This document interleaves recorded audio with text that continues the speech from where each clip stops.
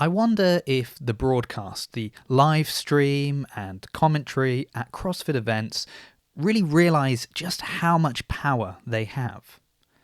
And if they do, why do they keep making the same mistakes? Welcome back to the channel. So it's great to have live CrossFit competition with the Rogue Invitational taking place over the weekend. And as much as I'd like to just sit back and enjoy watching the athletes compete, well, there are a few things I think we need to address, particularly regarding the commentary and live broadcast. From completely ignoring Annika Greer, forgetting who BKG is, and then a complete contrast and seeing why it's so important when we look at what's happening with Roman Krennikov. But before I dig into those specifics at the Rogue Invitational, I'd kind of like to look at the bigger picture. Because ultimately, we want more people to watch CrossFit. And you may have seen, for example, the Morning Chalk put up a few different videos about this, whether standardized programming attracts more people to view events, who's responsible for getting people to come to CrossFit events. And I'd just like to add to the conversation with another idea. Because more and more, I get the feeling that people that are watching these events don't actually care that much about the event.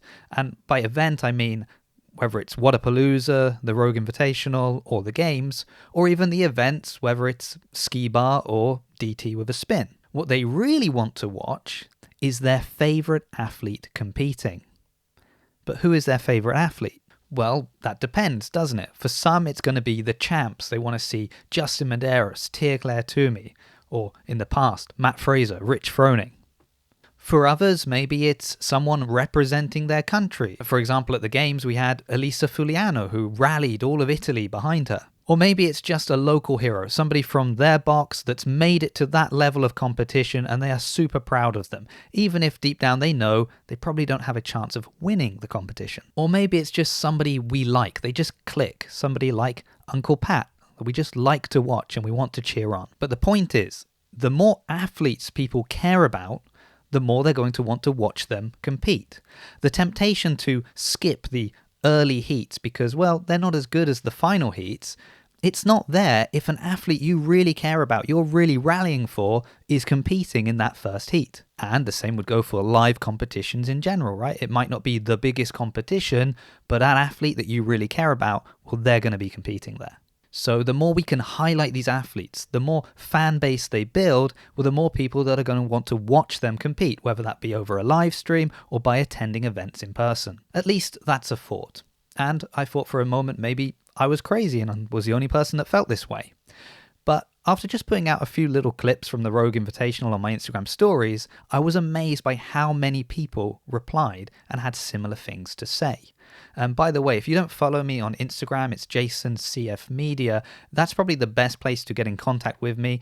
And I don't have that many followers, so I'm definitely reading every message I get. I'm responding to them. So if you ever want to get in touch or give me an idea for something you think needs to be talked about within the CrossFit or just fitness space in general, well, feel free to send me a message over Instagram. That's always going to be the best way to get in contact. So that was JasonCFmedia on Instagram. But now let's get into the real meat of the conversation. So we're going to look at day 2 of the Rogue Invitational, but that was actually the first day that we had a live stream. And we'll start off by looking at Annika Greer's incredible performance in event-free back attack. She was in Heat 1, and she took second place in that heat to Ellie Turner, and she put up an incredible performance.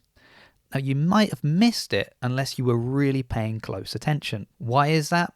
Well, let's see where it all goes wrong. Turner, your leader right now, as she separated herself from Danny Spiegel. Spiegel is on her set of 4. Annika Greer in the red shorts at the bottom of your screen is on her first set of box jump overs. Now here comes Danny Spiegel. So she's really close to Ellie at this point. She's on her second round of box jump overs, but they think that she's on her first round. So that means instead of being second close to first, she's in dead last. At least that's the way they see it. And that error continues through the entire event. For example, right here.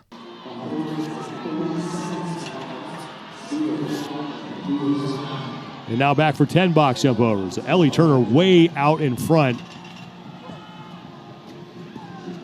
So as Ellie is making her way back to the box, they're saying that she is way ahead.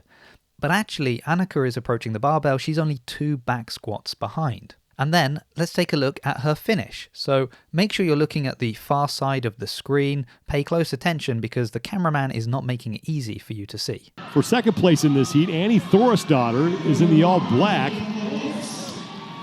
She's going back to the barbell. Spiegel's on her final rep. And Annika Greer is across.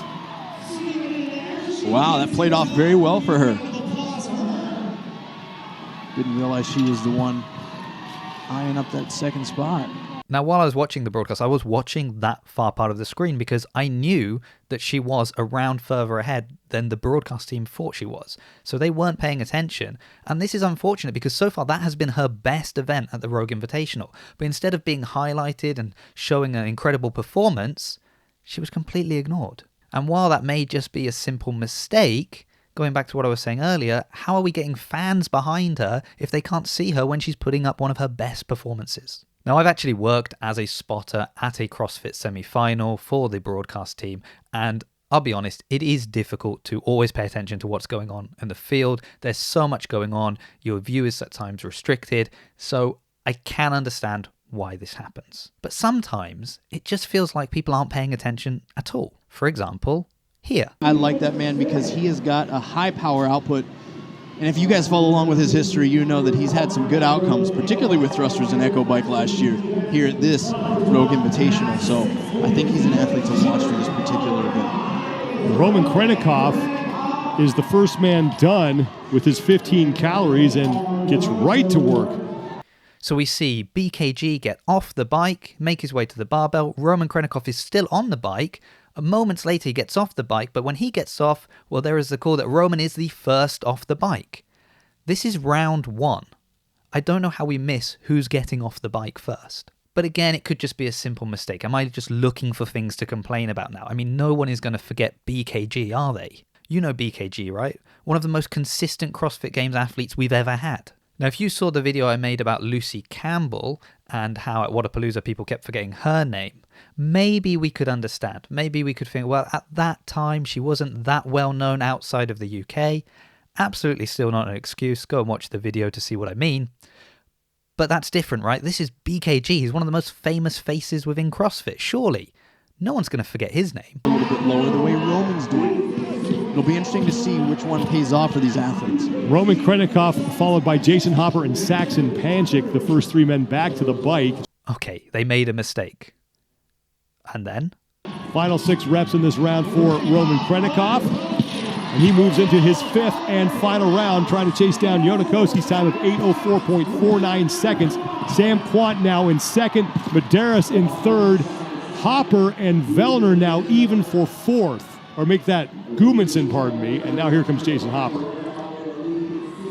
Well, at least this time they caught the mistake. And okay, we all make mistakes. We forget people's names, we get confused. People look the same when they're working out sometimes. Maybe it's understandable. But I would go back to my point about why it is so important that we highlight these athletes. We need to create a fan base around them. And I do think for some athletes, they are doing a great job at the Rogue Invitational of doing this through the stream and the commentary. For example, Roman Krennikov.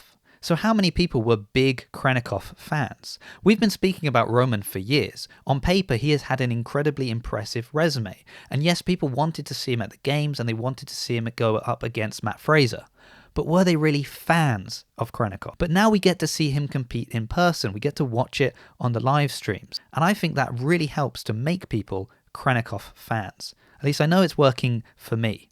Let's go back to DT with a spin. Just see how he starts the event. All black right next to Justin Medeiros.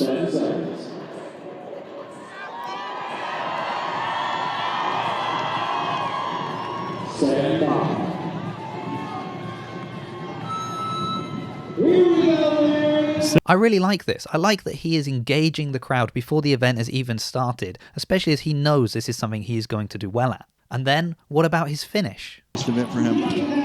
Final couple reps now. 5 remain for Roman Krennikov. His first career appearance in person at the Rogue Invitational and his first event win here. Roman Krennikov, 100 points as he takes DT with a spin.